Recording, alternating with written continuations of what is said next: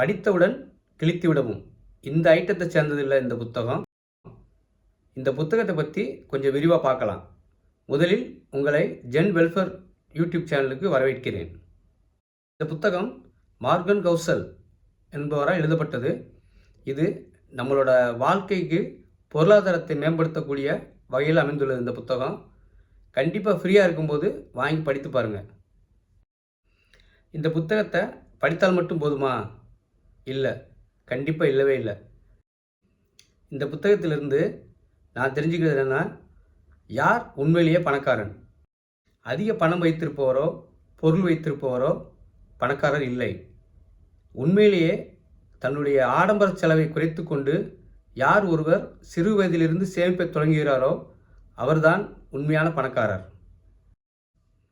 பணத்தை சம்பாதிப்பது ரொம்ப சுலபம், ஆனால் அதை தக்க வைத்துக் கொள்வது மிக மிக கடினம்.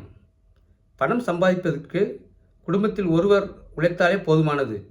ஆனால் அதை தக்க வைப்பதற்கு குடும்பத்தில் உள்ள அனைவரும் கண்டிப்பாக கஷ்டப்பட வேண்டும்.